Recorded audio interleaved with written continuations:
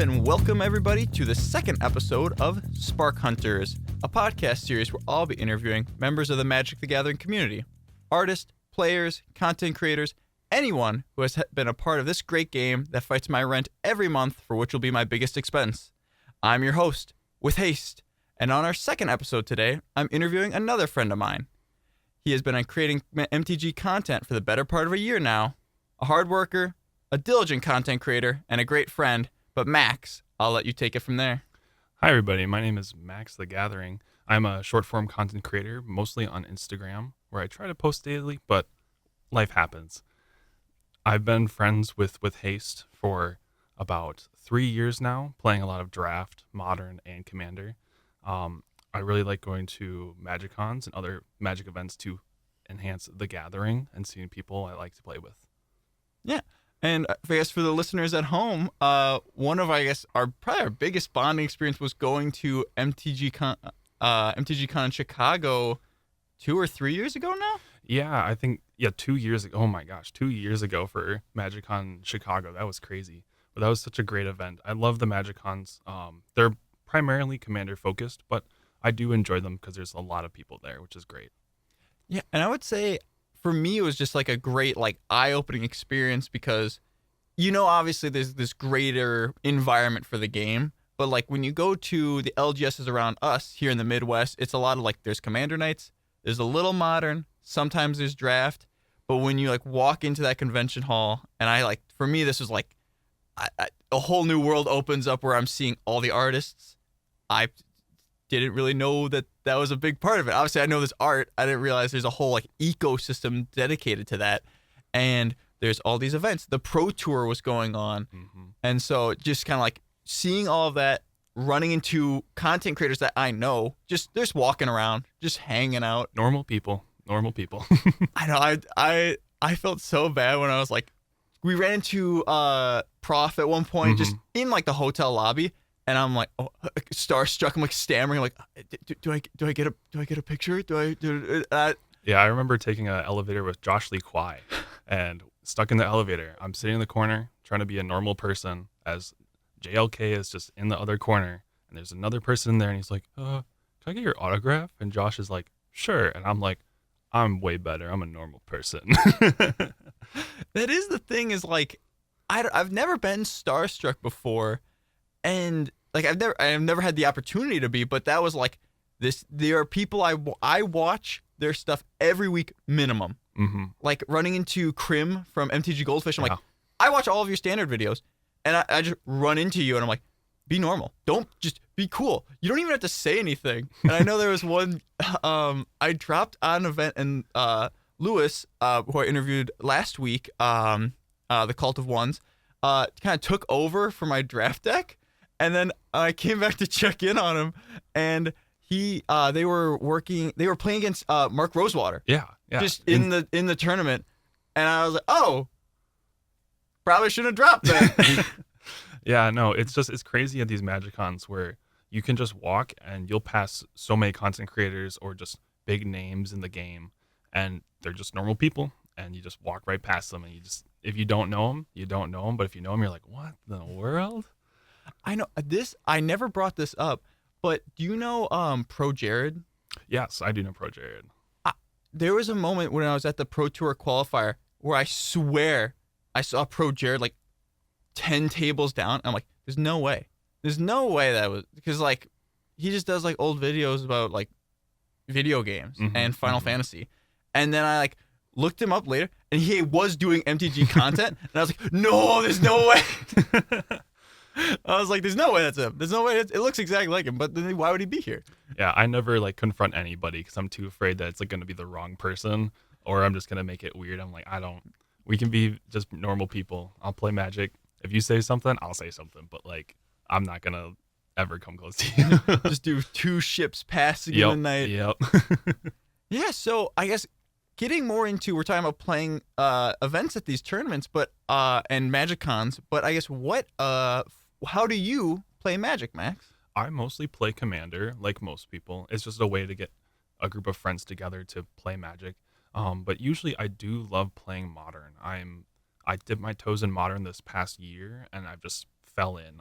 I'm drowning in it. It's so fun. I love it. 60 card, it's just faster games, and you can just see more of cards you want to play. A deck I'm playing right now for Modern is Domain Zoo. You can just have the nuts with it and just have the Scion and the Leyline the Guild Pack. Those two cards, if you do not know, Leyline the Guild Pack is like the other ley lines where before the game you can have a pre-game action of putting on the field for free if it's in your starting hand. And Scion of Draco is a card that is a 12 mana 4/4 that gets cost reduction 2 less of, I believe. Yeah.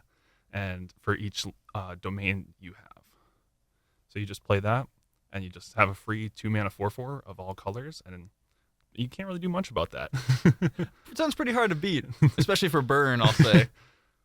And so I know you kind of talked about what formats, but I'm kind of wondering. So I know Domain Zoo was like a competitive deck when I last checked it on Modern, but would you consider yourself someone who plays only competitive decks? Like, are you a Spike, or do you tend to be more of like, I'm just going to play what's fun, or I'm going to try and go on my own way. I'm going to make my own path. Man, I'm such in the middle between Spike and casual because I want to Spike, I want to win because winning is fun. I love winning. Who doesn't? But I do like casual jank. It's just so much fun.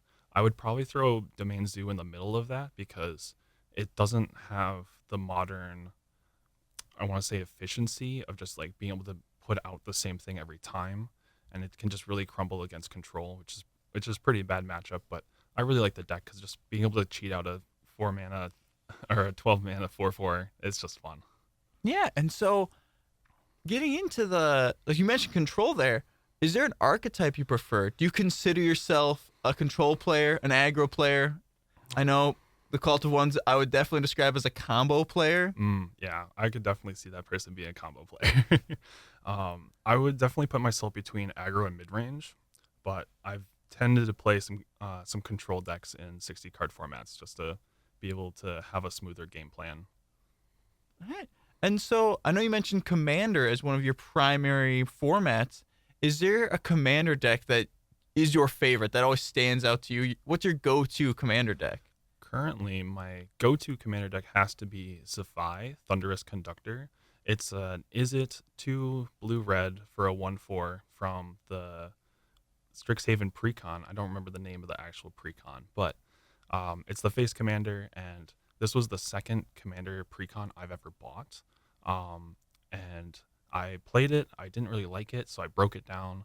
And then within the last year and a half, I rebuilt it. And I've been having so much fun with it because now I understand how the game works, and I understand Magecraft, which is a crazy ability to try and like play as the second commander deck ever, jumping into Magic. But now playing the deck, it's so much more fun with so many different spells and knowing the game a lot better to try and cheat and get some cool spells into play. Yeah, I know you talked about tough to play. Like, it's like a tough first deck. I'll never forget, I was talking with someone at River City Hobbies about my first commander deck, which was Hamza from Commander Legends, which is just like, you put, for every creature you have a +1/+1 counter on, all your spells cost one, all your creature spells cost one colorless less. And I said to them, I was like, oh, so it's basically affinity because it makes everything cost. And they were just laughing and laughing and laughing. And now I understand why when I'm looking at the, Dark Steel, Mirrodin, everything. It's like, oh, no, they would just win on like turn 3. Yeah. No. Hamza doesn't do that. It's also an uncommon. So there's no way it could ever. Hey, I love uncommons. There's so much utility in there. I love uncommons. You can't. It's a necessary slot. It doesn't get enough love. It is like they do sit in an awkward thing where it's like you never want to open an uncommon because there's no value, but it's also not pauper legal. So it is like in the vast majority of these, there's no great use. Yeah, I really want to get in a pauper though. It just looks like such a fun format. There's so much diversity. But yeah. I've definitely enjoyed pauper. I also love when the decks are $20. Yeah, that is a big seller right there. It's like, because that's how I got into Commander. Because Commander, at the time when I jumped in, which was like 2021, the Zendikar Precon, my first ever Precon, the Dimir Rogues deck, it was $20. I was invited out and I showed up and they're like, oh, we have these Precons, and I'm like, I'll try that one. And for $20, I had a whole deck and I was playing. But like, I think right now, if you wanted to buy that same deck, it's like maybe $70 for being old. Do you think they're gonna do a Universes Beyond set, like not like a remaster or just like a reprinting set?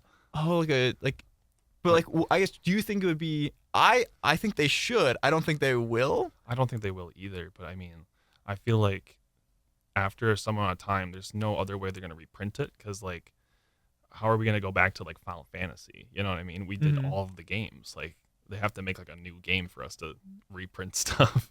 Yeah, that's the same thing with like the One Ring. I think that's the most common example is where are you gonna reprint that? Also, I think it's $60 minimum. Nope, it's like over 100 still. It's insane. It's insane. And banned in Modern too. It's banned? Yeah, it's been banned. I didn't know that. Yeah, it's been banned for like a long time. Oh my gosh. Yeah. I guess I just thought I got power creeped out. Now that I'm thinking about. Oh god, no. That card was nuts. People were just blinking that thing and then just having a bunch of card draw. It was crazy. Huh. I did not play during that because I was like, I don't want to have 4 One Rings. Oh, you don't want to have $400 bills you're just shuffling in a pile? Yeah, I'm good. I'd rather have that on a commander deck. Oh yeah. But yeah, no, I would hope that they would do something like that. I know the Spider-Man set gets a lot of heat, rightfully so, and I know the Universes Within version. I can't remember the name, like Omen Paths. Yeah, something? I think it's the arena ones. Yeah, Omen Paths, through the Omen Paths. That gets a lot of heat too, but I think it is a cool idea because it is nice, like with the Street Fighter commanders and the Stranger Things like commanders. And the Walking Dead ones, yeah. Yeah, they did these Universes Within versions. And I'm like, oh, these are actually really cool. Like, I know, I forget, was it Ken? They, like, re-flavored as a Strixhaven student. And I'm like, wow, that's awesome. Yeah, no, I'm on board again. Like, yeah. It's just cool to see what it would look like in the universe. And I feel like a lot of people come to the same understanding that if the name and the art was changed, that's all they would need. Because the card is literally fine for most of the cards. I think the biggest thing with Spider-Man was just that everything was a spider. Like there was nothing else to New York or anything else. Because if you weren't a villain and you weren't a regular person, you were a spider. And it kind of ruined the set for me in that kind of way. Honestly, what kind of ruined the set for me is that villain doesn't fall into outlaw. Oh, yeah. The outlaw bucket. I think they need to rework that. Because, like, if you're an outlaw, I think a villain is an outlaw. I would say so. Unless it's like an anti-hero. Yeah, but I don't know. I love Mysterio in the comics. And so when they revealed the Mysterio commander, but it's like villain matters, mono blue, basically. I'm like, oh, okay. And then you look and it's just like, well, it just has to be all Spider-Man cards because nothing else counts. Until Marvel Heroes in the summertime. Then we're going to have more villains. Yeah, but I don't know. And then we're going to have The Hobbit, and then we'll have the Lord of the Rings reprints, and then everything will be great. We'll have more Orcish Bowmasters in Standard, and then... I mean, put the One Ring in Standard, yeah, you know? It'll be fine. It'll be fine. I mean, you have the Soul Stones in Standard, and they don't play it. Yeah, I mean, that's... The Soul Stone, I think, is probably the most egregious power creep. An Arcane Signet with Indestructible? Like and just turns into Reanimate or something? What does that thing do? Too much mana. You have to exile a creature, and then you can start Reanimating. I played it in draft with it, and it did not do well. Every time I ultimated that thing, I would lose the game. I guess maybe I gotta walk that back. I don't know if it's that egregious. Like, obviously it's good, but considering I've never once seen anyone activate the, I don't know, ultimate ability and do anything besides lose the game, apparently, I don't know how good that is, but I mean, baseline of a mana rock, it's good, but... Oh, it's a great mana rock. But I mean, like, it's also a legendary mana rock, so, like, you can't duplicate it or do anything, like, cloning with it. Because, like, Arcane Signet, it's non-legendary. You can have 3 Arcane Signets if you can find a way to make them. But, like, with a Soulstone, you can only have the one, which is kind of weird. But I think it's a fine card. I just don't understand the price for it, honestly. Because it's still, like, $70. Yeah, I assume it is just, like, if you are in mono black, you would just always play it. Yeah, it feels like an auto-occlude for mono black. Just above Arcane Signet in that sense. But and then, I guess, talking about mono black, let's step back a little to, we got into the weeds there. Oh, sorry. Oh, no, don't. I'm supposed to be, like, conducting this, so don't you feel bad. But so talking about colors, I guess, do you identify as any color, as any group? I know, some people, I've seen people with like the Ravnica guild tattoos. Like Oh. you go on the Magic Mhm. subreddit, you'll see a couple of those. So, is there any group or color combination you identify with? I think I definitely go into two groups. I love Izzet and I love Golgari. I love Golgari for the graveyard shenanigans. It's just a different way for me to play. And then I love just like the Izzet of playing spells. I just want to take game action sometimes. And I think there's some fun cards in red and blue that people just don't look at. My favorite cards definitely have to be Explosive Singularity. It's just a stupid spell. It's from Neon Dynasty. It is like 10 mana, but it only deals 10 damage to a single target. But it has Convoke, so you can tap your creatures to help pay for it, basically. But this is just great in Zephi because Zephi cares about spells costing 10 or greater to deal 10 damage randomly to an opponent. So really, you're paying at most 10 mana for 20 damage, which I kind of like. That's pretty fun. But to get the whole table involved, I really love Prisoner's Dilemma, 40-cent card from a precon, and it just puts you guys into a little game of playing Silence or Snitch, and I love it so much. It's just so silly. Yeah, I do enjoy the cards that bring the whole group into a dilemma, a problem. Mm-hmm. I know I had briefly had like the Phyrexian Heliod group hug deck. There was a lot of like, the voting cards. I had a lot of those. Just anything that gets everyone involved into any game. Actually, I think is a lot of fun. Because you're just like you're grabbing their attention. Like they have to make a decision or have to have some input. I know a lot of people don't really like them. Voting cards to me aren't as fun because it feels like you're voting regardless. I'm gonna get something out of it. But I feel like mini games are more fun than voting because it gets somebody doing an action that they don't usually do in a game. Like for Prisoner's Dilemma, you have to think about what are my opponents going to do? Are they going to snitch on me? Or are they going to stay silent?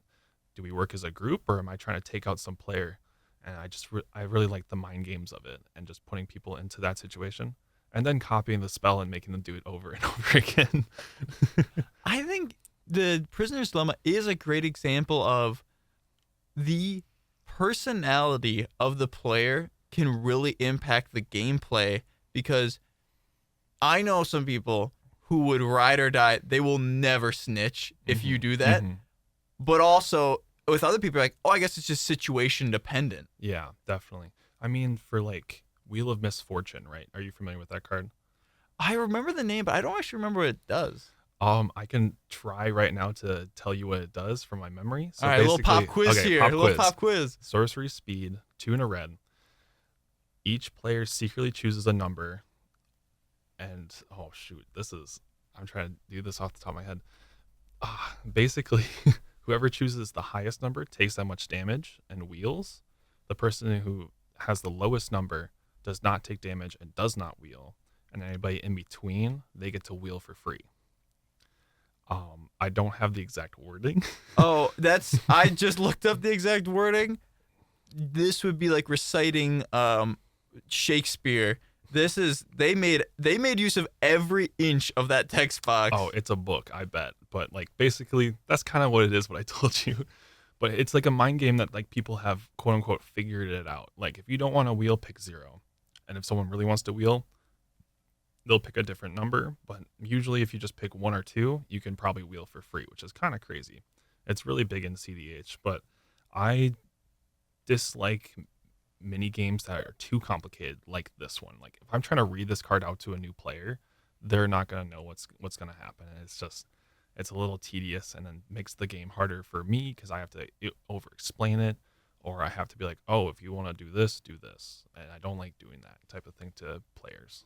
Yeah, especially where it's like you said, it is solved. Like it's like if you know how the card works, you just know how to like what choices to make. But if you have the Prisoner's Dilemma, you still have to think about it. It's never just the Prisoner's Dilemma is different in the sense of like, oh yeah, we can all just choose silence and we take 4, and then it's a 5 mana, you deal 4 damage. But that's not fun. Come on, it's you secretly choose, and you can if everyone's gonna choose silence, then you betray the group. You take no damage, they take some damage, and I think that's what people need to really realize about that card. Is like, yeah, your opponents can be boring, but like, come on. Yeah, and I mean, I think talking about like the voting and the mini games, what it both has is I think whether or not people enjoy them, I think it does solve one of the problems I see with Commander, which is just when it's someone else's turn, it's so easy to tune out unless they're directly interacting with you, and those make everyone interact during someone else's turn. And I think that's a nice way to bring everyone back into the game when it's easy to go on your phone or something. Yeah, I fall in that trap too much. Like after like 1 or 2 games, I lose all my focus, and I'm like, it's not my turn. I have literally nothing to do on your turns. I'm gonna peek at my phone real quick, and that's a bad habit I have. But because like when I play, I want people to pay attention to me, so I need to do that to other people. I need to pay attention for them, and I usually do. But like after like 2 or 3 games, like that mental slog of like this is turn 9, we've gone nowhere. One person's at 10, everyone else is like 35 or 40s. Like this is just rough. Yeah, there's still 45 minutes of game left. Yeah, we're 5 hours in. Yeah, I think I definitely have to work on that. But my habit I fall into, and I don't know, this more frustrates other players at the table. But it's more like when someone is playing cards that I don't know. Like they'll pull out a new deck I've never seen, and they're just laying down pieces of cardboard. I've never seen any of these cards before in my life. I often stop asking questions, or I'll pull up my phone and start scryfalling because I don't want to ask for every card. And like someone plays like Coveted Jewel. The first time I didn't know what that was, but they're like, and then I draw 3 cards, and I'm like, I'm gonna trust you, but I'm gonna scryfall this later. I was playing a dual commander event this year. I did my friend at the LGS. They wanted me to dip my toes in, and I was like, you know what? Sure, I'll dip my toes. I built a deck. I brought it, and then I was playing one of my opponents, and they're like, yeah, I'm gonna play Philia, and they started doing game actions with Philia, where bouncing their lands, and I'm like, oh, sure, okay, yeah, exile and blink, sure, that makes sense. 5 turns later, I'm like, can I read the card? It can't do that. We call a judge over, and he's like, I'm definitely going to give you a warning, but I'm going to have to give you a warning. I'm like, oh, what? And he's like, yeah, I have to give you a warning because you didn't read your opponent's cards. And I'm like, are you serious? That's a tough ruling in a commander event. Oh, yeah. But, I mean, dual commander's weird. It's a weird format, but I like it. It's just like 100-card legacy singleton, basically, because it's just 1v1. But I don't know. It's a French format, and I couldn't really care less. Yeah, I mean, I'd rather play like Canadian Highlander, I think. Okay, so dual commander it's just 1v1 then? Yeah, dual commander is just 1v1. You have basically just your commander deck, and it's 1v1. It's usually more focused, obviously, on that 1v1. So like my deck that I played was a Shieldred deck. It was kind of mid-rangey and control-y in the sense of like, I'm going to try and draw a bunch of cards. I'm going to try and make you discard cards, and I'll destroy your creatures just so I can finish the game out. And it was, for a first time playing and piloting, I think I did pretty good. I think I went 1-2 or 1-3, which I thought was pretty good for my first time playing. But I don't know. I think people need to try more formats more just to dip your toes in. But like, obviously, don't like go out of budget for stuff. Don't be like, I need to play CDH. I'm going to try and have a full real deck. Lion's Eye Diamond. Order on TCG Player. Mox Diamond. No. Proxy that crap. Just make proxies and play with people you know. Or find a community online. There's so many great communities. Yeah. And I mean, you kind of talked about trying out new formats. And I know you mentioned earlier that you kind of first started playing Commander through the Zendikar Rising precons. But what was your first Magic the Gathering set? When I was invited out, I was in a weird area of, we were in between sets. We were in between Strixhaven and Kaldheim, because Strixhaven wasn't out yet, but Kaldheim was. So I bought, my first box I think I ever bought was a box of Kaldheim of set boosters, and I was ripping packs, and that was really fun. I really enjoyed Kaldheim as a set. Snow permanents are really cool. And then I went down the rabbit hole of spending way too much money on this game really quickly between more precons and just different boxes. I did open a Commander Legends box, and that was really fun. I split it with a friend, and I pulled out a Mana Drain, and that was so hype. I know I had the same thing of where I'm like, my brother was big on Magic, and so he was dropping some serious cash. And I was like, this is insane. I'm not paying $2 for a card. Don't bring that up. I'm not doing it.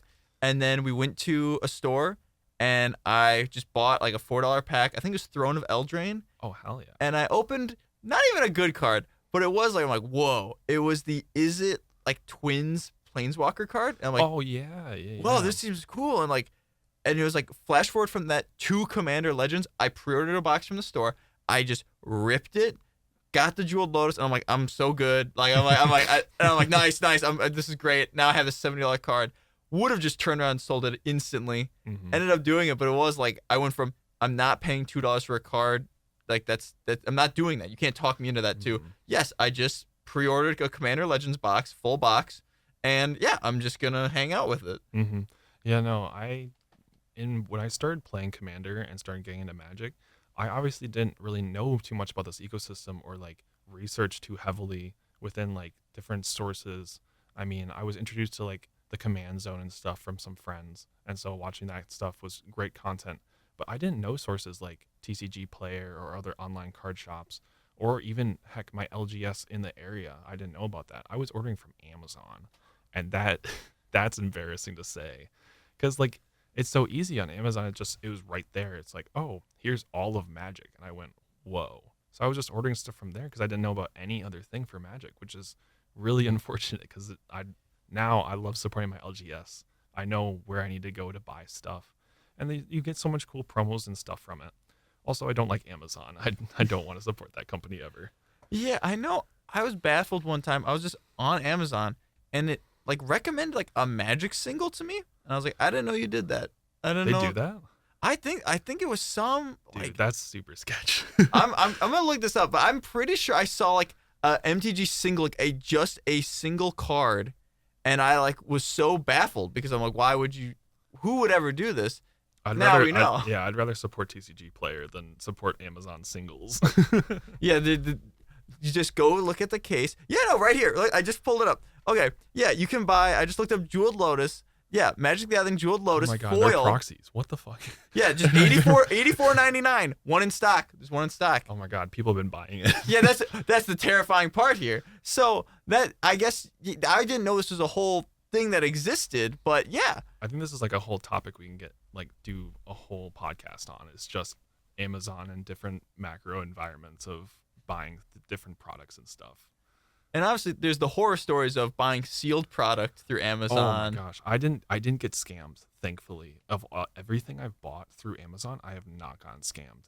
Like I think, what's the worst stuff I've bought on Amazon for Magic? I think it has to be between Kaldheim, Neon Dynasty, and I think Commander Legends as well. Yeah, and then I think that's it for.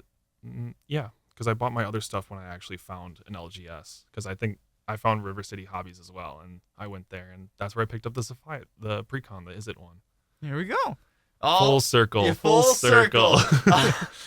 So, yeah. So I guess now that we've talked a little bit about who you are as a player, what kind of decks you like to play, let's get into the meat of this podcast. Let's really dig in because full sandwich. When I introduced you at the top, bun. As I introduced you as an MTG content creator, and so you've been in this game before me. I'm just starting out here, but you've been creating stuff for I think it's almost a full year now, right? I think so, yeah, and that's kind of scary because no, I found a community which is really nice through Instagram and stuff. A lot of cool people, but I feel like the biggest thing, which is why I started, was why wouldn't you? I mean, what's stopping you from starting making content? Like, oh no, nobody's gonna look at it. Oh well, like just make it. Do it for you. Have fun with it. I usually judge what I put out based on if I laugh at it, and if I laugh at it, then I like it. And I think that's all I really need. But no, I think I was inspired most by like Tyler the Creator because I was like scrolling late at night and just seeing like those inspirational reels and TikToks and stuff where it's just like him at some press conference and he's like talking with somebody. He's like, what do you like to do? And the lady in the crowd's like, I like making art. And he's like, do you make a lot of it? And she's like, no. And he's like, what's stopping you? And she's like, I don't know. And he's like, just do it. I don't know if it's like a Nike ad it might have been, but like that was a Nike psyop. Oh yeah, Nike psyop, definitely. But no, it just got to me. I'm like, what's stopping me from making content like the other people I see on TikTok and like YouTube? I mean, if I'm just gonna sit here for 3 or 4 years just playing Magic and be like, oh man, what if I make content one day and just never do it? Like that, I'm just never gonna do it. I need to start. And so I just started putting stuff out there, taking photos, And then I started trying to mess with like editing apps and stuff like that. And I really just talked with other people in the community and started playing games with other people. And it really has spiraled, and I've been really enjoying this. Yeah. Yeah, I know when you're talking about getting started, that's kind of where I was at for a long time too. Like, oh, it'd be so cool to be a content creator. It'd be so cool. And I do like to think of myself as someone who likes to make art or just produce something. I think there's some like creative enjoyment there. Yeah, there's definitely creative enjoyment and putting into a project or a certain thing that's really nice. And the other thing is like, what's so special about content creators, quote unquote? Like, they're just regular people. They're just like us, but they just take a little time out of their day and make a little funny thing and show it off to other people or make an educational thing.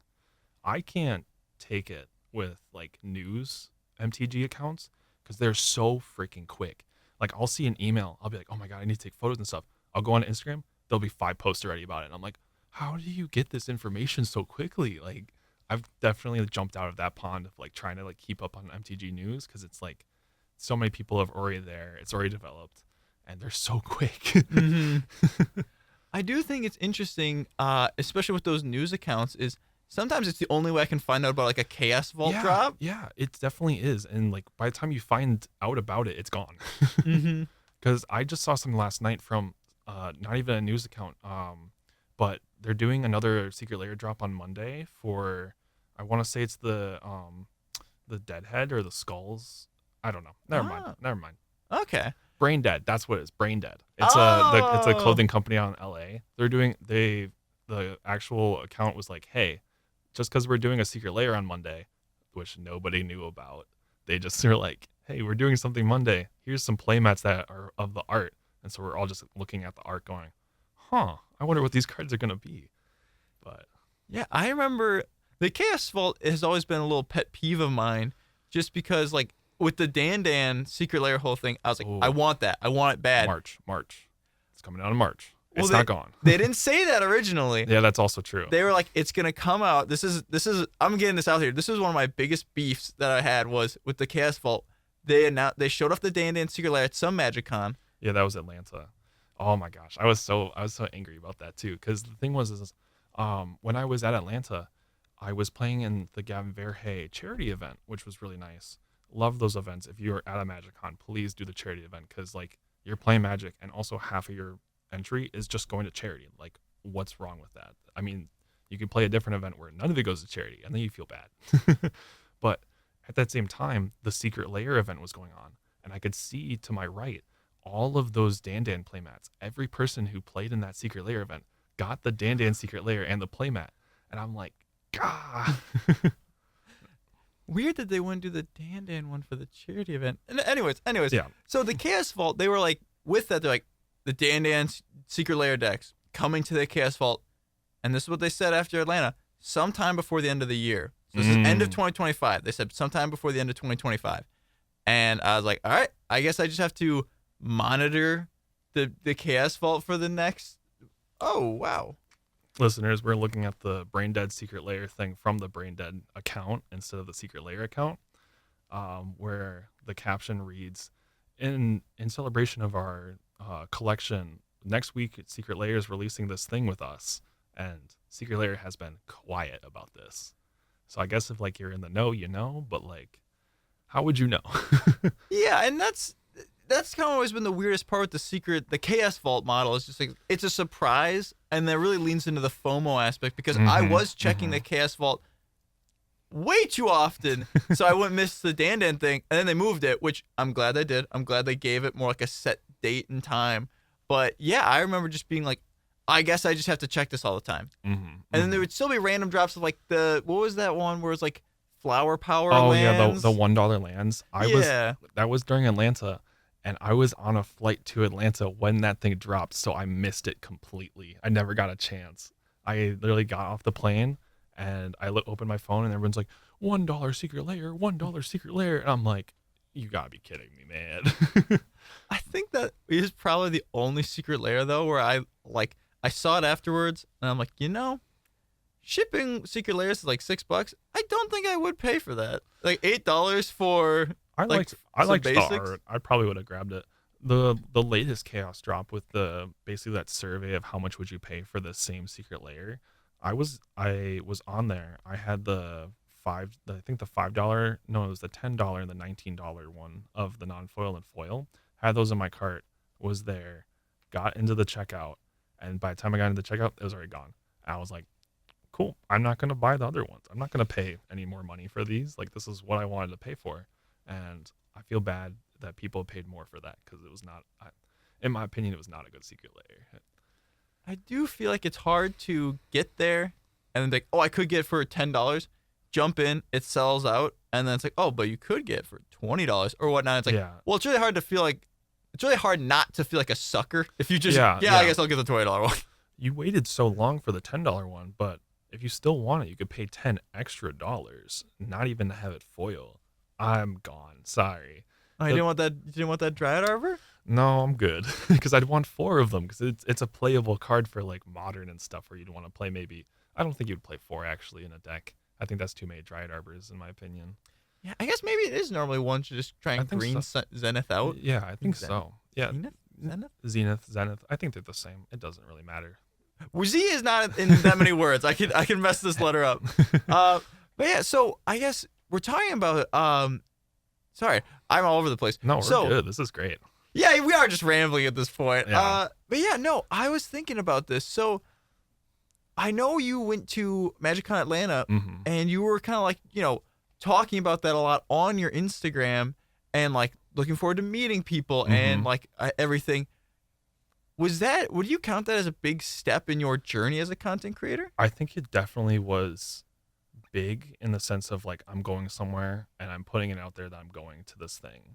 Because like I think the best experience I had was I got stopped on the street and someone's like, hey, I know you from Instagram. And I'm like, no way. And that turned my whole day 180 around. Celebrity status. Yeah, no, it did feel like that though. It was like, oh my gosh, what I'm doing is like actually out there. Like somebody knows me, which is kind of crazy. You had the Josh Lee Kwai elevator. Oh yeah, that too. experience. That it rubbed off on me. The Josh Lee Kwai. Yeah. So I know. I guess, are you planning on going to any events in the upcoming future, or would you like to? I know it can be hard to speculate. Definitely, I am going to be going to MC Vegas, which is kind of crazy. My arm was easily twisted to going. My friends were like, "Hey, we're going. Are you gonna go?" And I'm like, now that you say it, sure, I'll go. If you're gonna make me. If you're gonna make me. And also, a bunch of my friends online were also going, and they're like, "Are you going?" And I'm like, "Now I am." And so hopefully I get to meet up with them in May. So that'll be really exciting. I really want to go back to Atlanta. It was a nice place, and I think that would be definitely doable. I think that's November. Yeah, November sounds about right, but we'll see. Definitely hesitant on it, but we'll see. Yeah, and so I guess what are you planning on doing out there at MTG Vegas? I know the event sign up already kind of came and went. Do you know what events you're looking at doing? Yeah, I picked out 2 events. Like I said before, I'm going to be doing, once again, the Gavin Verhey charity event for Trans Lifeline. I'm very excited for this event. It's just a great event to just do charity work and stuff and play Magic. It's my favorite thing. And then I'm going to be playing in the Chaos Loading Ready Run draft, where it starts as a Rochester draft, which for listeners, if you don't know, that is a draft where everyone's staring at a pile and each person one at a time picks from the pile. So there'll be like 24 packs, just random chaos packs, and one at a time each person will pick until everybody has 3 packs, and then you draft that chaos draft. So it sounds like a lot. I've never been able to do it in all the Magic Cons I've gone to because it always sells out so quickly. So I'm excited to do it this time. I've listened to some some pro players who played like 10, 20 years ago, and I've heard of the Rochester draft before. Yeah, it's brutal. It seems intense. Rochester drafting is brutal. I've never gone through it. I don't think I could go through like an actual Rochester draft of 1 pack at a time, picking out everything. Because then I feel like that's so much more information for your other players to know and try and have to go forward with. Because if you're on pack 1 and everyone's picking out their cards and you're like, oh, person to my left, he's playing blue, I should probably steal some of these blue picks before he gets them. And I just feel like that takes way too long for a draft. But I think for a chaos draft of just picking packs, I think that goes a lot smoother. So we'll see. I'll come back with information on that one. Yeah, I know. One of the stories I was listening to, they were describing the Rochester draft of like, so it's like, I think it was like team trios. So you and your two homies are talking, and so like, but there's no communication, so it's all hand signals. So you're trying to hand signal, like, say there's like A, B, C, D in the pack, and you're like, okay, we want A, you want B, you want C, but then someone else takes B, and so you're like, oh, okay, so we got to readjust and try to like do this all without saying. And if someone takes a pick that you weren't considering, like they don't pick the rare for some reason, well, then you have to recommunicate that, no, you need to take the rare and all this. Yeah. And I was like, that seems so intense. I don't think I could do a team trios of that. I think I don't really know ASL. I don't think I can pick it up for a Rochester draft, honestly. I would assume most Magic players don't know ASL, especially like pro play. Not especially. That would seem weirdly targeted. Yeah. But I would assume they're not fluent with it either. But I'm assuming it has to be mostly pointing. But I do want to know more about that because I don't know how I'd communicate with a teammate that you need to take that rare beyond just like grabbing them by the shoulders and be like, like locking eyes. I think I would just do like a finger poke, being like, oh, poke, like look at that one. But no, I think Rochester drafts is kind of crazy. I'm glad we've stepped away. But talking about different draft formats, what do you think of the pick 2 drafts? I know this is a big one. I'll say I have not done any of them in like an official capacity. I know we did one over at your place with Lauren and Eclipsed. We also did one with Edge of Eternities too. Don't forget about that one. Oh, that's true. That was the one where I just got my head beat in with spaceships. Yeah, I do like the pick 2 for just being able to have 4 people. Because as like an event organizer, sometimes for just like personal groups and stuff, it's hard to get 8 people into one event or just to get into one place at one time. Because like just picking a random Friday 2 months in advance, be like, hey, I hope you guys will stay open for this. But I feel like it's so much easier for a 4 pod. And I think the games do go faster. I do agree with Watsy on some of the stuff about to pick 2 drafts. But, big but, I don't like it on Arena. And because like Arena, it's like, this is the format where, or this is the, I want to say the gameplay where you can have so many people across the world at the same time. Like I'd rather just have an 8-person draft, or heck, even draft against the AI, like the bots, and just pick packs out of there because that goes so much faster. I guess, yeah, I think if the greatest strength of the pick 2 draft is that, anyone can do it and it just goes by so quick and you don't need that many people, but Arena solves both of those problems by we just auto fill the lobby with 7 people and there's a timer. So it's going to go, how long it can take. Yeah. So I think it's weird to have it on Arena considering it solves both of those problems. And they do the quick drafts anyways. Yeah. Because if you want to have a quicker draft, there's literally the quick draft. And then if you want an actual draft, you can just actually draft. But a pick 2 draft, it's like, I get to choose more from the same pack, but I have less cards. Like I can't get with it on Arena. But like in person, it makes more sense because obviously the problem of getting all 8 players together if it's not at LGS. Also, it makes the boxes 2 times bigger technically because you can do 2 drafts. You do get a lot of use out of it. And I know I'll say I still think I prefer like just a normal draft even with less people. Because I think it gives like a 6-person draft. Like I can go with that. But I think even like, I don't know, I've done ones which is it's just 4 of us and we're just ripping packs and doing like a normal draft. Takes longer, but it is like there is some fun there. You can make like totally weird decks because you'll just have that many more cards to work with. But I think especially with Lorwyn Eclipsed, where it is like a typal set, because set. We can talk about that in a minute. But just the like when you pick goblins or elves, you're kind of locked in, especially when there's only 4 people and there's at least 5 types you can go into. Everyone just kind of finds their niche, and so I'm just picking the 2 goblins, just picking the 2 goblins, and then once you run out, you're just taking rares and basics. Because like I know from our experience of a pick 4 draft, it kind of felt like, I know for sure I fell into elementals. I know the Cult of Ones, they fell into merfolk, and then you and my girlfriend both were in Kithkin, right? Yeah. Kithkin. I think she was definitely on Kithkin and like some more mono white stuff, but I can't remember what you were on. I think it was Kithkin. I was on Kithkin. Yeah. I got that one busted enchantment where it's like 5 mana. It's mono white 5 mana. It's like an anthem for each creature that's entered the battlefield this turn, and you make a 1/1 token at your upkeep. So it's like minimum glorious anthem with upside. I think it's Kith Binding. That sounds right. It looks like Stonehenge on the art. Pretty nice. So I think that was my pack 1 pick one. So I'm just hanging out in mono white and Kithkin.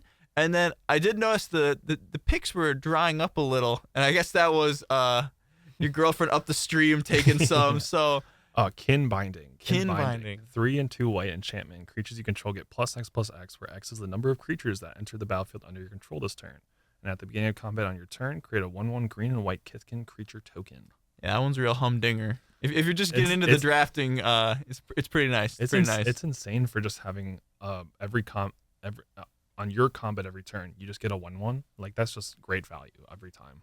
Besides the Anthem effect, that's crazy. Yeah, especially if you do, because I know there's also like a Kithkin card that's like 3 mana make 2 1/1 tokens. So it's like, well, now we're at +3/+. We're reaching overrun. Yeah.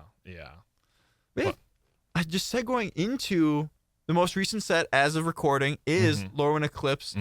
I think we just are hitting TMT spoiler season, but we're gonna ignore that for now to talk about. We've had spoiler seasons for TMT since Lorwyn Eclipse. Like, oh yeah, the pre-release just got a little sneak peek of all the rares. I'm pretty sure they take away the timestamps and put in TMNT cards. Like a gift from WotC. Yeah, just a little exchange. Yeah. But yeah, I guess, what is your perception of Lorwyn Eclipse? I really liked Lorwyn Eclipse. Oh, sorry. I really liked Lorwyn Eclipse because it was just Universes Within done right. They didn't try to go too hard with it, like trying to do both Lorwyn and Shadowmoor. I think the story was really great. I listened through it on the Magic podcast. The characters were good, and the underlying fact that there was less legendary creatures. I think there's maybe like 16 or 18 legendary creatures in the whole set, and sets like Spider-Man and TMNT, they have like 70. Yeah, it's just oops all legendary creatures. Yeah, oops all legendary creatures. But I like having more non-legendary creatures because more on the board, and then just like being able to see like different designs that aren't just like a named character and they do something that's kind of built for Commander. It gives more like limited and standard and other 60 card formats a better like enhancement of cards, I would say, besides just legendaries. I don't know. Yeah, I mean, I would agree. I think especially like in like a flavor sense, it's oftentimes the legendary creatures are like an outlier to their society. And so it's like and for that to appear, you need to show their society in some way. And so I think that's just awesome of just like fleshing it out. Like if someone is like an outlier outcast, that only comes across when you actually show how they are different from society at large. Yeah, definitely. And also, like, as Syndrome and the Incredibles would say, if everyone's super, nobody is. Like, if everyone is legendary in a set, what does legendary mean at this point? It just like it just makes the game different in that sense. Because like, if you have legendary creatures and there's no other non-legendary creatures, then it's just a different word on a card that you can't have more on the board at one time.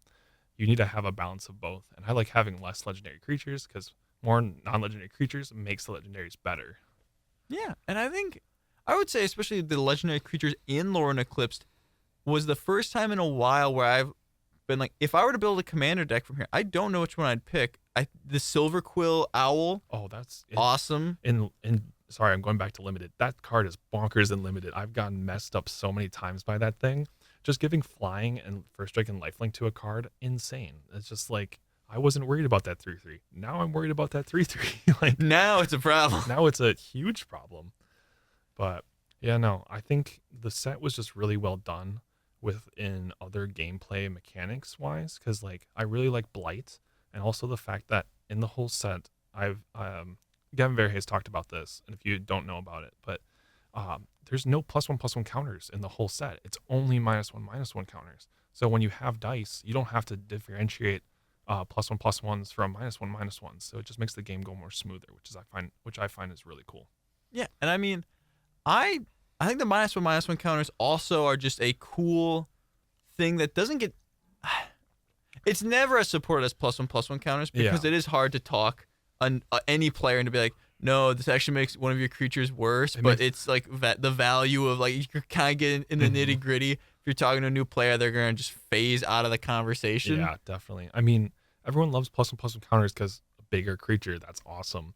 But like having to work around -1/-1 counters and finding different value with that is really cool because they had a lot of cool abilities of removing counters and stuff like that to not only make your creatures better, but also to get a different effect, which was kind of cool. Yeah, and I mean, I full spoilers if you're drafting against me for Lore and Eclipse, I'm forcing goblins. And so part of that is just there have been so many choices where it'll come down to like I have to put a -1/-1 counter somewhere. Do I put it on my like 5/5, the champion homie? Do I put it on a 1/1? Or do I put it on my 1/3? And it's like, well, if I put it on the 1/1, it dies. But if I put it on the 1/3, it just becomes like a 0/2. But it has like a tap ability. So, but it's still a blocker, but only like it's like it just spirals into like there's a really satisfying decision there where even if you make the wrong call, like you're like, oh, I'll put it on the 1/3 to make it an 0/2, and then they shock it or something. It's like, well, I didn't know that, and you can talk yourself into feeling right about it. And you never feel like just like a big dummy about it because you have a reasoning for whichever one you pick, you have good reasoning for. And I think that's really satisfying gameplay. Yeah, I think in Lore and Eclipsed, the biggest hurdle for me was that there's a lot less removal. In the set, there's not much removal, but there's a lot of enchantments that will do certain things like pacifism effects of like not being able to block or attack. And those are really cool. And you got to figure out a way to get around those kind of things. But if they have big creatures, there's no stopping them. There's like no murders or anything, which is really rough. I am a big fan of murder. not the actual Don't act. clip that. Don't clip that. Not the actual act, like the card, the 1 and 2 black one. I like that one. Yeah, I mean, I did notice that where the removal is a little lighter, which is why I don't know if what is technically the best draft archetype. Elementals seems like their top end is bonkers. I think Kithkin is the way to go. I have played a lot of elementals and a lot of goblins, and I would have to definitely, if I had to rank the types, I would definitely go Kithkin, goblins, then probably just changelings because they get the most out of it, and then I'd probably go elementals and then fairies because I feel like fairies can be too dominant, but you have to have like a lot of the rares, which is kind of hard to get obviously in draft. Yeah, and I mean, I guess that's a good point that maybe elementals aren't the top dog, but because there have been games where I picked one. I think it's the big elemental duck, like Storm Squall. Sunderflock. Yeah, Sunderflock. Is that right? Yeah. The element that costs less for your elementals, right? And then it does like a one-side board wipe. Yeah, I love that card. Well, like there have been games where I have that and in limited, and I'm like, it is so over. And then I'll play it, and then fast forward 3 turns, and I lose. I'm like, I don't know what happened. Yeah, I had a 5/5 flyer, and you had nothing but lands basically. But I lost. Which all right. I totally forgot about elves. Yeah, elves I would probably put under. I'd put them above fairies. I would think elves are better than fairies. They have a weird. In the limited for Lore and Eclipse, they have like a weird like graveyard strategy that I'm not a fan of because you don't have a lot of cards. I did come into the issue of like I think one of the greatest like commons for that strategy is like 1 and a black 2/2 lifelinker, and when it enters you mill 2 cards. Great. Well, I had like a place set, so I'm like, oh, I'm gonna be popping off. I milled myself out like 2 or 3 times. Yeah. It you run so light on cards because it's limited. That you're like, oh, I can mill a bunch, and then you're like, wait a minute, I have 5 cards left in my deck, and it's turn 4. Got too greedy with those surveils. Yeah. But yeah, and I guess talking about like I think we both enjoyed Lore and Eclipse a lot. But what would you say is your favorite Magic set? Ooh, that's a toughie. I think for drafting, I've really been fond of Duskmourn. I really like Duskmourn for drafting and limited because it's just I do well, and it has. For a darker set, has a lot of removal, which I'm a big fan of removal. Has some cool creature types and like archetypes in that sense. Oh, sorry, pivot. It's full pivot. In this pick 2 era right now, they're trying to do less archetypes, which I hate. I'm not a fan of less archetypes, like because there's like obviously secret archetypes that you can find as you play, basically. But like from the beginning, like they're like, oh, here's the 5 archetypes, and it's like, but these 5 archetypes aren't in my favorite colors. I want to be playing like, I'm trying to think of Lore and Eclipse ones that are not in there. I don't want to be goblins. I want to be Orzhov. Yeah, exactly. But no, back to favorite sets. Duskmourn, great for drafting. I love Duskmourn. I think my favorite set though for collecting was March of Machines. I have some big thoughts about it that we could do a whole podcast on. They could have had a whole year of just March of Machines, I feel like a lot of Don't people. even get me started. Don't even get me started. Don't even get me started. I have ranted to friends who do not care about the lore. They don't know. They know Oh. the Phyrexians exist, whatever. I've gone on 20-minute tangents where I'm just It's just going into it. I feel like they were pushed to just finish the story, and they could have had 3 sets to do it. Cause like, I see what you're feeling, but because like this story started all the way back in Kaldheim, and people don't. I was talking with people online. They're like, no, the whole March of Machines story started with Albi 1. I'm like, no, this started in Kaldheim, where Vorinclex was on Kaldheim trying to get like the World Tree sap, I think, or a sapling with Tezzeret, and 2 years later we're at March of Machines, which is the quote unquote conclusion, and we go through like how many planar fights in one set. Like, it's cool that we have all these planes, we have all this teamwork and stuff. I needed some more like getting into the battles. I always thought, I agree with the 3 sets. I always thought a great structure would be set 1, you show like, so don't focus on all the planes at once. I think that's too much. Focus on like set 1, just show the planes that are losing or are obliterated. And then you could show like the battles, they flip into whoever wins. So it's instead of like, it flips into a Zendikar elemental, it like flips into like, it's like a battalion or something. Yeah, battle of, I don't know, battle of some made up plane that, you know, they're not taking out Ravnica, but like battle of whatever, have it flip into some Phyrexian that's just called like Bane of Archivos or something. So like it implies who won this. And then next set do more into like the interplanar alliance working together to overcome different things. Like Ravnica distributes technology, New Capenna distributes the Halo, and then the battles flip into Giada? Yeah, Giada, hero of New Capenna or something like that. Savior of New Capenna or something. And then you move into the final one where it's like just slowly reveal the battles, and then it's like, oh, Savior of Dominaria, like Teferi, Savior of Dominaria or something. And then there's like the wins and losses, and then you can finally reveal like Battle of New Phyrexia or Battle of Mirrodin, whatever you want to call it, and then have that be like a great reveal. I just think that would be a great way of like making the battles feel more impactful. We should become Magic designers, I think. WotC just hire us. You know where to get us. You know where to call us. We have a time machine. We can go back. We can do this. I know you're doing a show coming up. We'll take charge of that. Don't worry about it. I think the another lore part was just that consequences just didn't matter. They didn't matter. Like, we had Aftermath. Boo, don't like Aftermath. But I'm so glad that the community support like rallied and was like, hey, we don't like these Aftermath boosters. And they're like, oh, shoot, we had 3 plans of this. And they just cut it, which was great. Love that. But like, there was no consequences. The people who were Phyrexianized as planeswalkers, they just became unphyrexian. I hated that. Like, it was interesting because I think obviously they're not going to keep Jace Phyrexian, however cool that would be. But they at least talked some of them out of it pretty well with like Nissa. They were like, oh, well, we're using someone's spark we're using Karn's spark, I think it was, to like cure you. Okay, sure.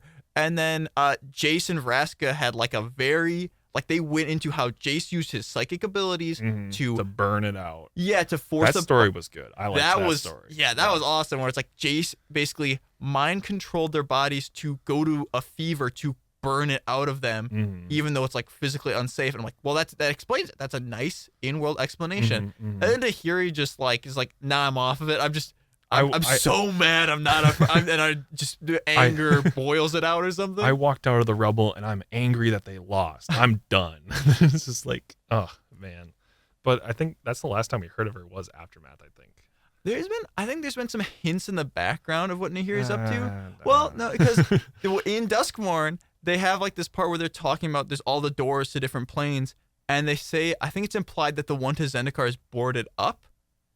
And at the end of the Aftermath story, if I recall correctly, Nahiri said something about like planeswalkers are the source of all of Zendikar's problems come from planeswalkers. So my interpretation is she's figured out a way to seal off Zendikar, like no one can get there anymore. That would be cool. Because also in Aether Drift, they like, I think Chandra talks about like she just can't find the way to Zendikar, and like even if Nissa gets this, they're just gonna have to like find the way. And I think the reveal is there is no way, like it's sealed off. That'd be cool. But Yeah, no, sorry. We just got on a whole tangent. Yeah, what were we talking about? Yeah. Favorite set or something? Favorite, yeah, I think favorite set.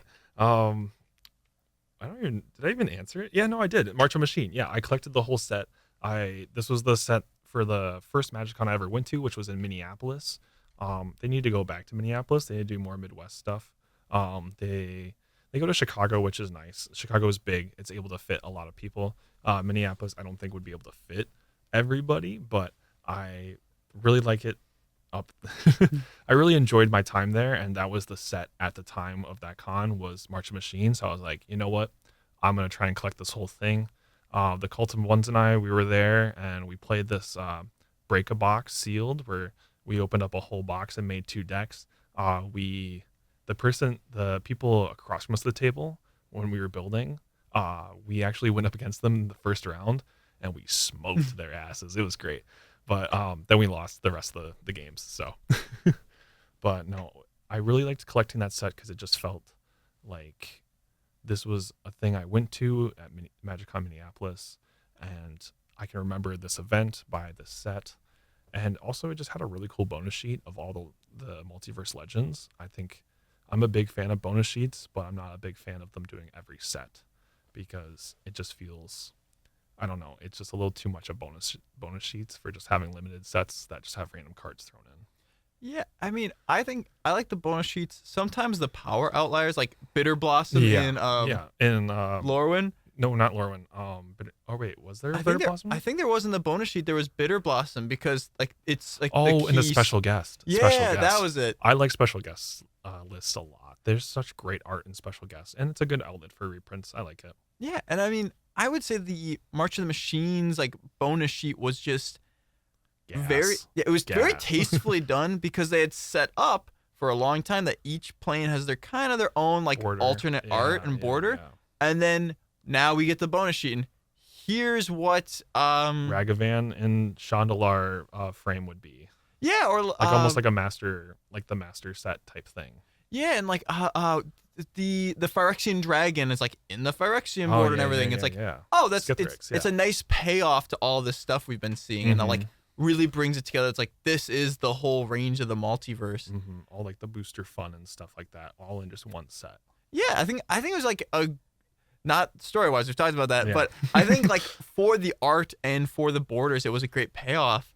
And so talking about sets here, I guess as we kind of close out this episode, is there a set you are looking forward to? Is there something on the horizon that you're excited for? I am very excited for Secrets of Strixhaven.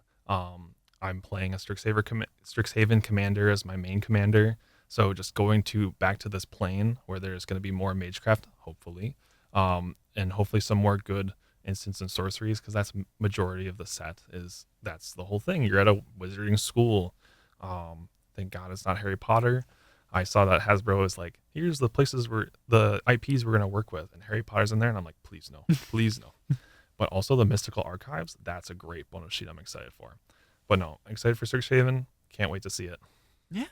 I'm looking forward to. I mean, in that bonus sheet, I think the one card they revealed is a stock up reprint. Yeah. Very needed. Also done by the GOAT, greatest of all time Magic artist, in my opinion, Dominic Mayer. But yeah, I know we talked a little bit about uncommons are in this weird spot, but it's kind of weird where I feel like standard for a time, and maybe still is weirdly dominated by uncommons, like Sheltered by Ghosts, stock up. There was like a time where each color had one that was like very powerful, and I thought that was a really interesting balancing mechanism, because then Monstrous Rage was the red one. Yeah, Monstrous Rage was insane. And then the black one was also from Duskmourn, the -3/-3. Nowhere to Run. Nowhere to Run, yeah. That messes me up so much in Limited. Yeah, it's just like I don't know, it was very cool that like uncommons were like a big part of the format, and I guess still are in many cases. And it's just cool to see them get a reprint here in Secrets of Strixhaven. I think another thing with uncommons is just like in Modern, I mean, Modern Horizons 3 and all those Modern Horizons sets, they obviously taint like the power level by just like obviously making it higher. But like the uncommons in that are still in Modern really heavily, between the one blue one that counters color spells. I can't remember the name. Sink into Stupor? No, that's a land. That's a land, but that's also a good uncommon. And then Fel the Profane is also another good uncommon. But Helmets just said one with nothing. That's not even the color. No, that I know what you're talking about. Yeah, It's we like, know it's what got we're like talking replicate or Yeah. kicker or something. we'll put it on the screen or something. Yeah, later. well, I'll edit it. I'll Yeah. find it. Don't worry about it. But no, thank you so much for having me. If you're interested in anything that I've had to say so far, listeners, I'm MaxTG on Instagram. I make short form content on there. I try to talk a little bit. I'm going to try and get into streaming. I'm also on a lot of other people's streams for Spell Table and such. And hopefully I'll be back on this podcast. Yeah. And I mean, again, check out the Instagram. I'll link it here in the bio. But yeah, thanks so much for joining us today. Be sure to check out the Instagram to stay in the loop with all the live stream updates, any new content. A lot of great stuff coming out of Max the Gathering here. And thank you so much for joining me today. And if you enjoyed this podcast, remember, like, subscribe, whatever. If you enjoyed the episode, thanks so much for tuning in. And folks, happy planeswalking.